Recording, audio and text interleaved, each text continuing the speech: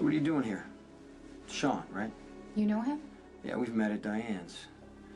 Theo Hoffman brought Sean in to investigate the wrongful death suit against Dante and Brenda. Well, that doesn't explain why he's breaking in here. You can feel free to chime in anytime. I'm here because you invited me. Turnabout being fair play and all. Comes to Mr. Hoffman's attention, you've been looking into his past. He finds it concerning. Mr. Hoffman have something to hide? Undue attention into Mr. Hoffman's life necessitates my attention. Counterproductive, since the thing we should be concentrating on is the wrongful death suit. And Mr. Hoffman's a bearer about efficiency and time management. So you came here to threaten Jason? No, he just did it to prove he could do it. It's Mr. Hoffman sending a message. Considering your reputation, Mr. Hoffman thought getting you to back off might require something more than a simple request. Again, nothing personal on my part. You're not getting paid enough, Sean. Because clearly Mr. Hoffman didn't warn you of the risk involved in coming into my place uninvited. I'm so we're clear, I've got no reason to wish you any harm. And that can always change. But for now, at least, technically, we're on the same side. I consider this your one free pass. If I catch you again, I'm just going to treat you like any other threat. Got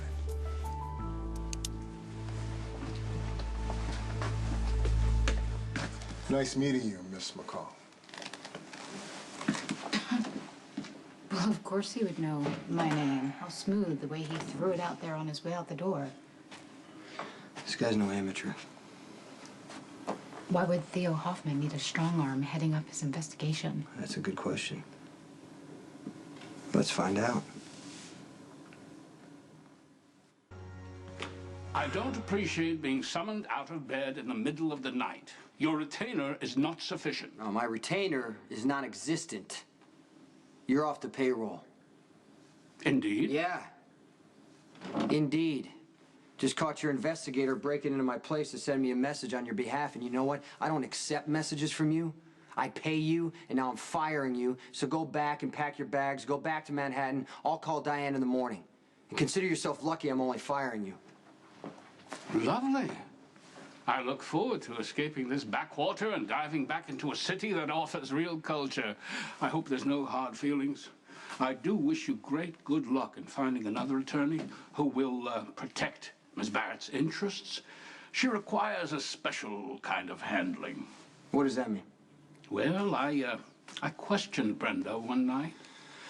I was quite easy on her, all things considered, and yet our Brenda fell apart. She confused one shooting with another, hiding behind hair and evasive eyes. Any reasonable, competent prosecutor would make mincemeat out of her. I can't worry about that anymore. How about your nephew, Michael Corinthos? Can you spare any worry for him? What about Michael?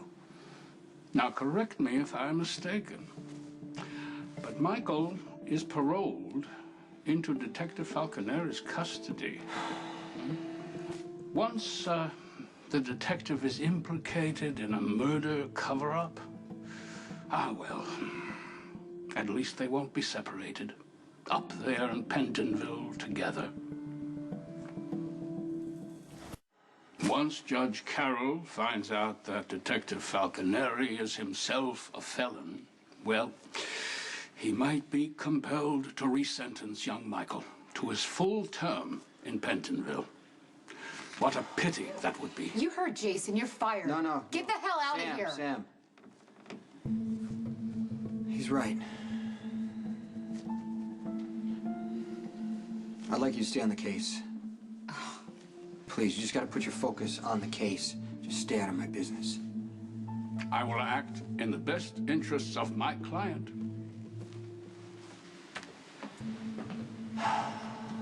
You do realize you just gave Hoffman a master class on how to manipulate you. Michael, hey. Love and concern for Michael is all over your face for anyone to read. Theo just used that to manipulate you, and he's gonna do it again.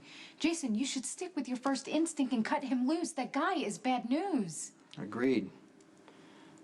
But until I know how bad, I want to keep Theo close. You set him up. I wanted Theo to believe that he found an angle to work me. And as soon as he thought he did, he got a little too pleased with himself. Theo's just showing me who he really is. The lawsuit against Brenda and Dante has always bothered me. How it was conveniently filed the minute Jerry Jacks hits town. So, we can reasonably assume that he was hired by the Balkan. Okay, but what does that have to do with Theo? Okay, what are the odds that the perfect guy to defend Dante and Brenda shows up days later? An associate of Diane's who happens to specialize in this type of law. It's just too many coincidences. So you think this is carefully constructed plan? Yeah, and I want to investigate the family that instigated this lawsuit and every lawyer involved. Because if the Balkan hired Jerry, it's possible he hired Theo.